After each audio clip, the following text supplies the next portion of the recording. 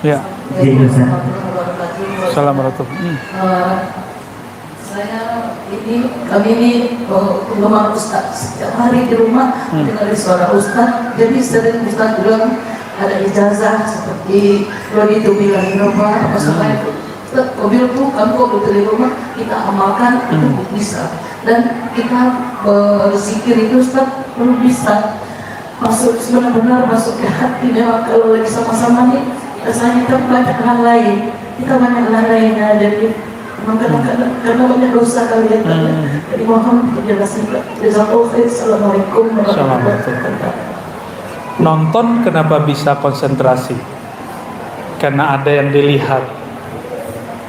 Pernah nonton tapi subtitlenya nggak ada, bahasanya bukan bahasa Indonesia, bisa fokus nggak nontonnya?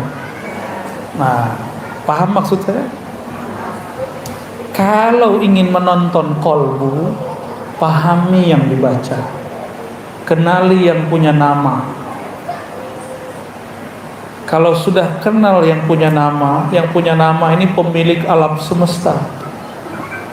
Kalau sudah kenal dengan nama Allah, nama Muhammadur Rasulullah, nama Sayyidina Muhammad Rasulullah, itu nama yang paling dicinta di alam semesta. Ini pohon-pohon itu setiap hari dia baca Assalamualaikum ya Rasulullah. Kalau nggak mati deh. Kalau dia nggak sebut nama Allah sama Rasulullah, mati itu pohon. Maka sahabat Nabi ketika mereka menemani Rasulullah SAW jalan, mereka dengar. Jadi sahabat Nabi dengar apa sapaan pohon-pohon, sapaan batu-batu. Itu batu dan pohonnya apa nama Rasulullah. Gimana kira-kira tuh? Kalau ajengan datang ke masjid subuh-subuh, pohonnya apa? Assalamualaikum ajengan. Pulang. Tapi beliau langsung zikir, la ilaha illallah gitu, keluar zikirnya. Ya. Nabi Muhammad SAW setiap keluar begitu. Wali-wali Allah juga begitu. Kalau jalan kemana disapa, hewan-hewannya apa dia, pohon-pohonnya apa dia, malaikat pun sapa dia. Kata Nabi SAW, siapa yang istiqomah berzikir menyebut namaku, maka safahatkumul malaikah, malaikat akan menyalaminya. Di mana dia salami? Bukan hanya lagi zikir, lagi di mana? Di tempat tidur kita lagi lalai, wa fit turuq, dan di jalan-jalan. Jika kita disapa malaikat lagi tidur, lagi di pasar, lagi di jalan, berarti kalau lagi zikir bukan lagi disapa, dibersamai. Kok bisa pikiran kemana-mana? Wajar. Emang kalau ibu masih hidup di dunia pikiran macam-macam, Bu. Nikmati aja. Nah, kapan kita tahu pikiran kita banyak? Kalau sudah mulai zikir kolbu. Jadi sebenarnya ciri-ciri orang mulai dibukakan pintu khusyuk kepadanya, disebut nama Allah, lalu dia tahu, kok pikiran saya banyak ya? Itu awal khusyuk. Ya jangan berhenti, terusin. Zikir, pikiran kemana-mana lagi. Biasanya nggak sadar, sekarang sadar. Itulah yang disebut babul khusyuk, pintu khusyuk. Itu baru pintu, belum. Ya, di pintu kita ketuk terus, pintu kolbu. Kolbu itu punya pintu, pintunya langsung menuju Allah Subhanahu Wa Taala. Terserah nanti Allah mau undang kapan. Ya, kapan Allah akan mengundang kita masuk? Kalau hilang kedirian, keegoan. Maka dalam hikam Nota'illah itu dikatakan, man talaba minallahi 'iwadan tuliba bisidqi fil amali. Lebih kurang begitu. Siapa yang minta pahala, minta sakti, minta tenang, minta khusyuk, maka Allah tuntut dia dengan sungguh-sungguh. Maka jangan minta macam-macam, zikir-zikir aja. Nikmat gak nikmat zikir, khusyuk gak khusyuk zikir. Berarti kita berzikir tanpa syarat. Bisakah mencintai Allah tanpa syarat? Beneran? Bisakah menyebut nama Allah tanpa iming-iming pahala? Sanggupkah nyebut nama Allah tanpa kemudian berharap dikasih ketenangan? Cuma karena dia mengatakan ya ayyuhallazina amanu zkurullah, wahai orang beriman sebut namaku.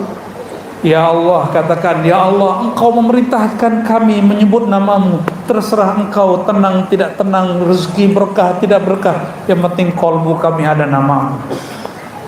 Ini baru cinta tak bersyarat. Nyebut nama Allah yang enggak bersyarat.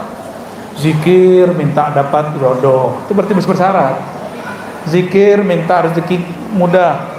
Saya mau tanya, kita enggak zikir, rezeki sudah dijamin belum? Terus ngapain minta rezeki? Yang diminta itu syukur. Maka Nabi mengajarkan a'inni ala dzikrika wa syukrika. Bantu aku menyebut namamu dan syukur. Kalau syukur pasti ada rezeki. Berarti rezeki sudah dijamin, tapi syukurmu belum tentu ada. Maka saya mohon maaf, saya nggak pernah minta rezeki, Pak. Serius, saya nggak pernah minta fulus rupiah, dolar, ringgit, nggak pernah. Yang saya minta, ya Allah, bantu hambamu ini yang lalai ini mensyukurimu. Kalau syukur berarti nikmat ada di tangan nggak? Pasti di tangan. Gak mungkin Allah bantu kita bersyukur, nikmat dia nggak ada di tangan. Paham? Ya, jangan minta duit, jangan minta yang aneh-aneh, minta saja syukur, minta mampu zikir, minta husnul khatimah. Gak usah minta umur panjang, mohon maaf. Nih kalau para kiai ngajarkan umur panjang, nanti panjangkan 1000 tahun, giginya ompong semua,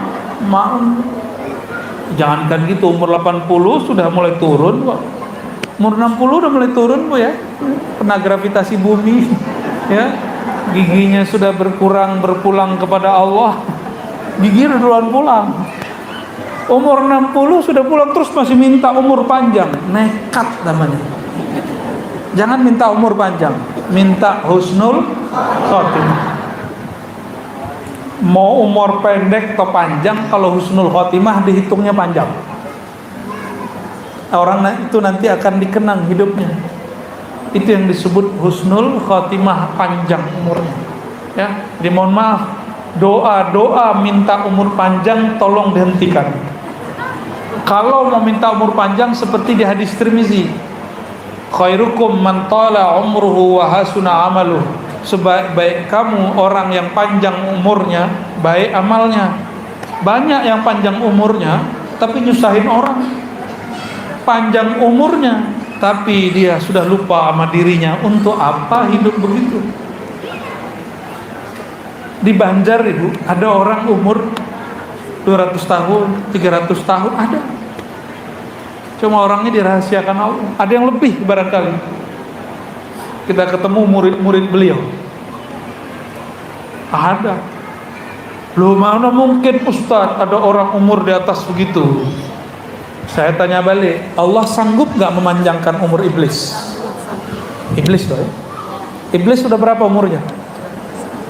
Di surga iblis zikir 18.000 tahun. Saya gak tahu waktu di dunia. 18.000 tahun di surga. Gimana? Umurnya panjang. Allah sanggup memanjangkan umur iblis. Masa Allah gak sanggup memanjangkan umur Nabi Khidir? Masa Allah gak sanggup memanjangkan umur wali Allah? Wali Allah itu gak dimatiin kalau dia gak minta mati. Imam Bukhari minta mati kalau Allah jemput. Sudah sekian kali orang mau bunuh dia gak mati-mati, selamat aja terus. Tiba-tiba beliau sudah capek, pergi lari dari orang-orang zalim. Apa kata beliau sampai disamarkan, ya Rabb, malam ini jemputlah aku. Dia usap tangannya, langsung dia rebah. Dikuburkan juga malam itu. Kuburnya digali di dalam bawah tanah. Alhamdulillah kami dapat izin ke sana. Wali Allah begitu, suka-suka dia mau meninggal kapan. Dan wali Allah itu disebut wali karena ada tugasnya. Kalau tugasnya belum selesai, dia belum berpulang. Sama Bapak Ibu ini, kalau tugasnya belum selesai, sebenarnya punya tugas. Kan semua kita ini sebenarnya bakat kewaliannya ada. Maka disebut wali am, wali umum. Tapi kalau dia kenal Allah, tahu tugasnya, dia wali khas. Ya, dalam teks-teks yang saya temukan di ulama-ulama Kalimantan, siapa yang kenal ma'rifatullah, dialah kekasih Allah. Siapa yang memahami kalimatullah, ma'rifatullah, lalu mampu mengajarkan kepada makhluk-makhluk Allah, dialah para khawas. Siapa yang mampu mengenal nama Allah, rahasia-rahasianya, sifat-sifatnya, lalu dia simpan mana yang pantas disimpan, dia ajarkan mana yang perlu diajarkan, dia khawasul khawas. Jadi tugas kita cuma itu. Ya. Ada wali kekasih Allah cuma dititipkan satu nama di kolbunya, cukup. Gak usah banyak-banyak, ya. Sudah jam 11. Hah? Kita sampai jam berapa? Sudah. Wah, sudah selesai kata Bunda Hajah.